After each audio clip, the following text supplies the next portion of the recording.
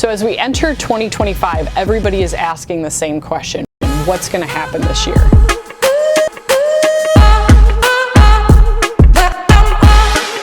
First is, unfortunately, interest rates and mortgage rates are staying high, at least for the short term. That's going to impact people's ability to buy homes. The second thing is home affordability is staying out of reach for so many people. So even if they could find homes to buy, they aren't able to afford them. However, long term, we see a lot of great economic indicators that lead us to believe that we're going to have a great later half of 2025 into future years. We've got a lot of home equity pent up in homes. So a lot of people are sitting on a lot of cash that could be used for remodel projects or other construction projects. We've got a lot more population and household formations happening. So people are moving into that stage of life where they want to build or buy a home. And then the third thing that we're seeing from that perspective is we're seeing, when you look at construction opportunities, there's a tremendous amount of pent-up demand. People have projects they want to work on. They're just waiting for the right time. And so we think once those mortgage rates start to come down, really below that 5.5%, we're going to see an unleashing of the market with this pent-up demand and opportunities. So what do you do in the meantime? You've got to get ready for what's coming. So when you do get those calls from customers or people looking to do those projects, there's three key things that you can do. The first is you have to really know and almost segment your customers. Each customer needs a different message, a different story to connect with them, and they're going to have different questions about their project. So make sure you know the different types of customers you're really going after, understand what they care about, understand what their issues are going to be, and create a tailored message just for them. Second thing you'll want to do is you really want to differentiate yourself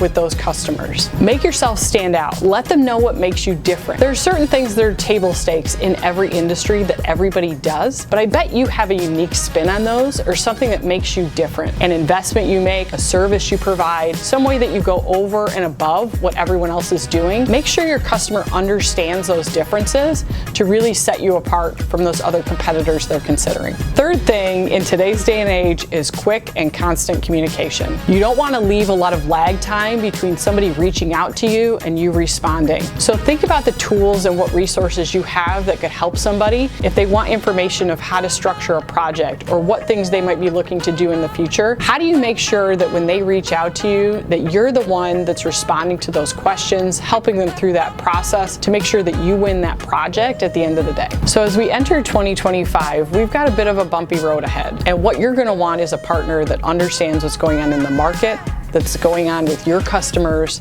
that can help you get more wins, more projects, and more opportunities. And that's what Quality Edge is here to do.